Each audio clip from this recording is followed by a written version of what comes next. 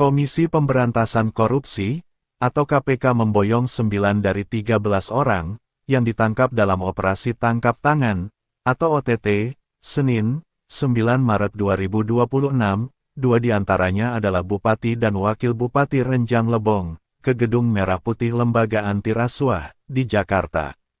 Yang diamankan 13 orang, dibawa ke Jakarta 9 orang, kata juru bicara KPK, Budi Prasetyo, kepada para jurnalis, Selasa, 10 Maret 2026, di Jakarta.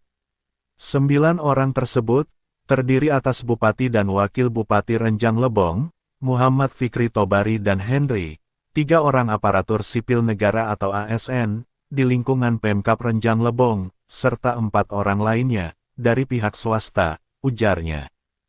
Hanya saja, menurut Wakil Ketua KPK, Fitroh Cahyanto, Komisi Pemberantasan Korupsi, tidak menetapkan Wakil Bupati Renjang Lebong, Henry, sebagai tersangka.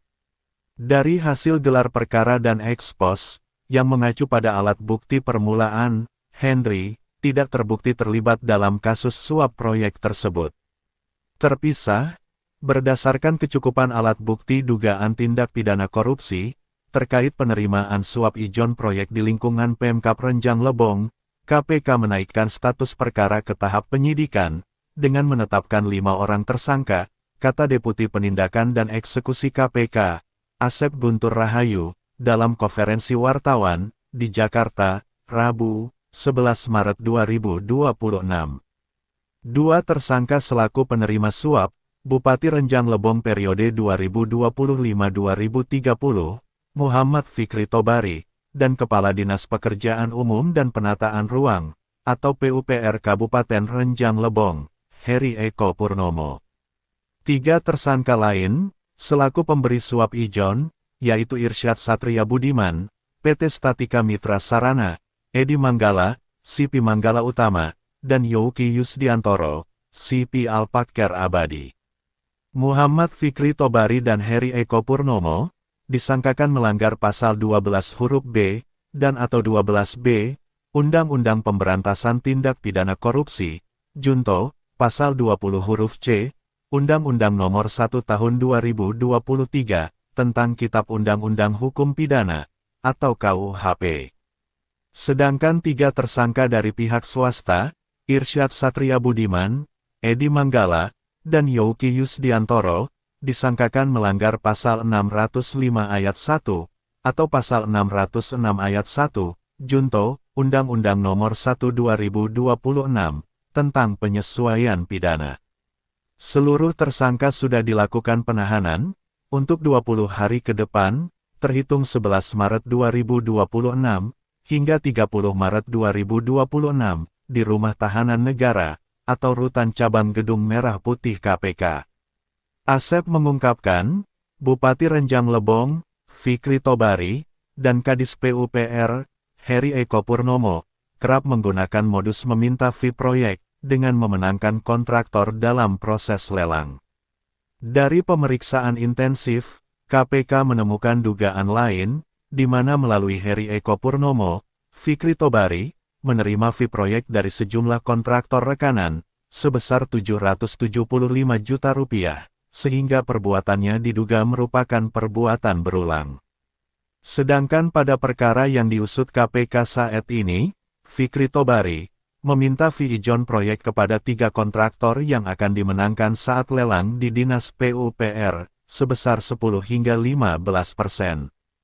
Hasilnya, Fikri Tobari memperoleh uang sebesar Rp980 juta, sehingga total keseluruhan mencapai Rp1.700 juta, ungkap Deputi Penindakan dan Eksekusi KPK, Asep Guntur Rahayu. Sekedar untuk diketahui, operasi tangkap tangan KPK, menangkap Bupati Renjang Lebong, Muhammad Fikri Tobari, dan Kepala Dinas PUPR, Heri Eko Purnomo, disebut diduga terlibat ijon proyek. Seorang mantan kontraktor senior setempat, yang meminta tidak disebut nama, dengan alasan demi keamanan, berpendapat, praktik ijon proyek, yaitu meminta sejumlah uang fee di muka, dengan menjanjikan pekerjaan proyek kepada pihak tertentu, dalam hal ini tentu saja kontraktor. Istilah ijon berasal dari istilah tradisional petani yang menjual hasil pertanian sebelum panen untuk mendapatkan uang tunai. Bedanya, jika petani melakukan ijon, biasanya kepada tengkulak dengan harga lebih murah dari harga pasaran. Sementara ijon fee proyek tetap dengan ketentuan besaran persentase fee dari nilai proyek. Dikaitkan dengan proyek, praktik ijon adalah menjual paket proyek yang belum pasti, karena pekerjaannya belum berjalan. Ijon proyek dapat dikategorikan merupakan bentuk korupsi, yang diyakini menyebabkan kerugian keuangan negara. Sebab prosesnya tidak transparan, sebagaimana ketentuan Peraturan Presiden 12/2021, tentang perubahan atas Peraturan Presiden 16/2018, tentang pengadaan barang dan jasa pemerintah, kata mantan kontraktor senior, yang kembali mengingatkan Bintang TV, untuk tidak menyebut namanya. Dari Studio 1 Bintang TV Bengkulu, jurnalis Bintang TV Renjang Lebong, Setiabudi dan Reko Oktavia Maradori, serta kontributor Bintang TV Jakarta, Bagus Surya Citra Perdana, dan video editing, Wilda Hisani Mardiah, melaporkan.